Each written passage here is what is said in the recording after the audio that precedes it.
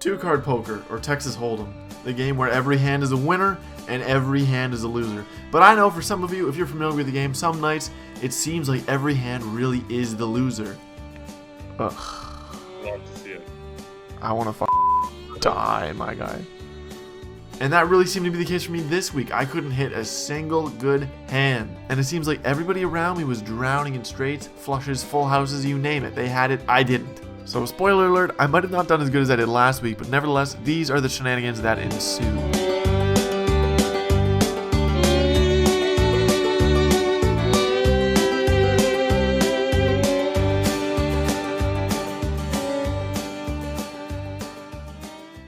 So here we are, the first hand I'm dealt worth showing comes in pretty early. This must be the second or third hand of the night. And as you can see down there, it's an ace-q offsuit. I raise half the pot and everybody calls but Tegan, and I flop top pair with backdoor ace-high flush. Dylan raises 50 and I re-raise that amount. Club comes down on the turn and only Dylan and James are still here with me. I bet a half pot again and they both fold, giving me the pot of 460. By no means noteworthy play, but this is one of the best of the night. It was extremely dry, I'm telling you. Skipping ahead quite a while, I'm dealt queen 10 offsuit. Very solid, but I see not much helpful on the flop. Neither does anyone else apparently, so checked all around for the jack of the turn. Now I have something to look for, which would be an ace or a 9 to complete my open ender. An ace comes down in the river, so now I shove all in to appear as a desperate attempt to scoop this pot.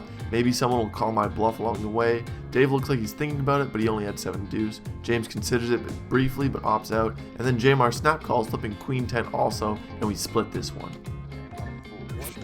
Fucker, damn it. Damn it, Mars.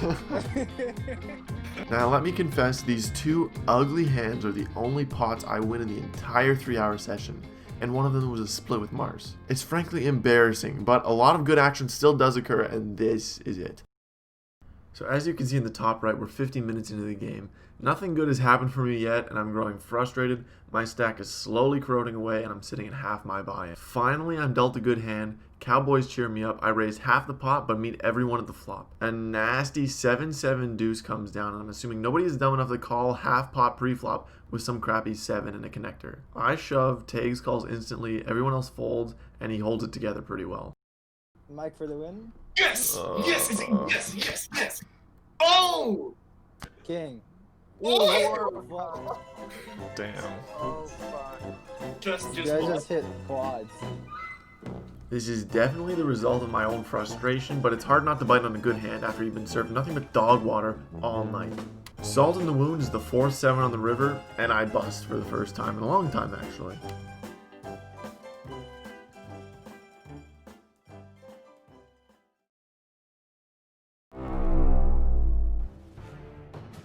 Watching this back, it is clear that tonight's theme is the unbustability of Jamars. Some may call it stamina, nevertheless he toils with the smallest stack quite frequently, but never goes down easily.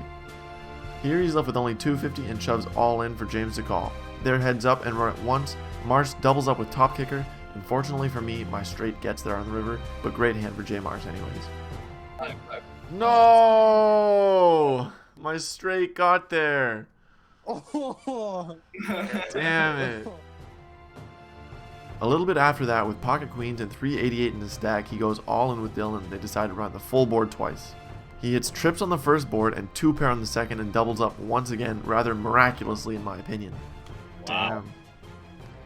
Damn. How does Mars never bust though? What? Up next we have a grave error Tegan commits. He raises 500 on his middle pair, doubting that anybody can compete. Unfortunate news for him is that Ryan calls to flip over 2 pair with his ace 10. Had him beat before the river. Ryan scrapes 2140 his way on one of the biggest pots so far.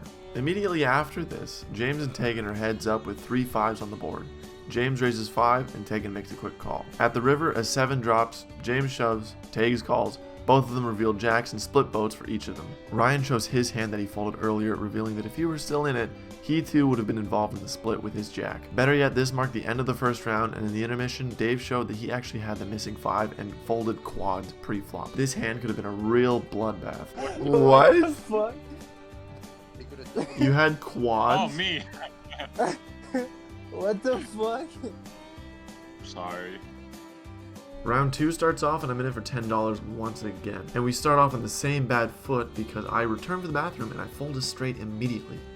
And believe it or not, the bad luck continues as I flop a flush this time, but unfortunately a third 4 comes down at the river, leaving me with no choice but to buckle under the pressure of someone hitting me with a boat, and at least that was the right call. Important to note, well actually, not really that important, but I can appreciate that Dave has also been as unlucky as me, only winning one hand up until this point. Soon after I fold once again, this time with 2 pair, aces and the kings on the board, but I had little faith that neither Dylan nor Dave had a king. In this case, I was wrong, and that pot was mine to win. Yeah. Fuck! I would've had ya. Limping towards the end of the round, I'm dealt pocket 5s and it only takes me 371 to go all in, which I do hoping that my 2 pair is the nutter butter. Unfortunately, once again, obviously, James bests me with his own pocket 7s, and I bust for the second and final time.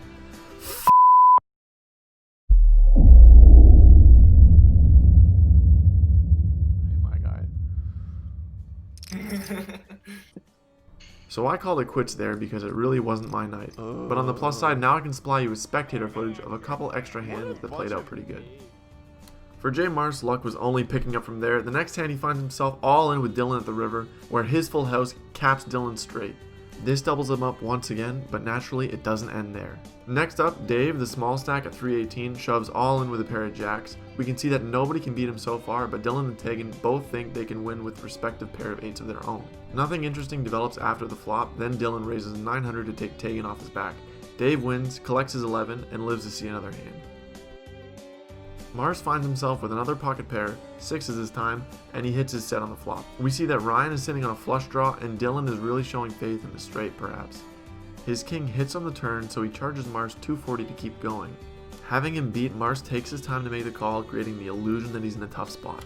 And then Ryan calls, searching for a diamond, and we go 3 to the river. And with this 9, Mars believes this is pretty much all his, so he shoves. Ryan isn't seeing a 5th diamond, so it's an easy fold, and Dylan has to think about it. Given how long Mars took to call on the turn, I doubt Dylan is thinking that he's beat right now, so his decision takes a long time, but he calls, and now Mars sits at 31-18.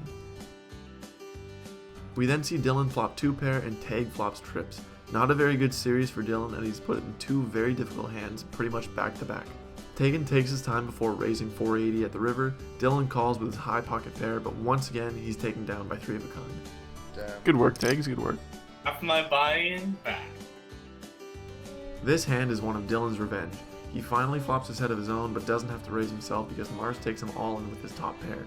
The jack turns Mars's trips on the river, but gives Dylan the full house he needs to take back his 1202. This next highlight is a very solid bluff by Tegan, holding only a high king in his hand. He shoves versus Dylan's pocket pair of 9s very late in the night. After the wild night he's had, Dylan decides it's most prudent to fold with what was top pair until the river, and Tegan rakes in 1200. And now he's recklessly hungry for money. This late in the game he lands top pair on the flop and raises 360, which J. Mars doubles. This sends Tags to shove all in. Mars believes in his luck will take him to the finish line, and the rest speaks for itself. Nah, fuck it. Really? Fuck it. Bro, what are you doing, Mars? What do you mean? Full house. What am I supposed to do? Let's go! You know what? No, I quit for the night. I'm done with this. Mike for the win.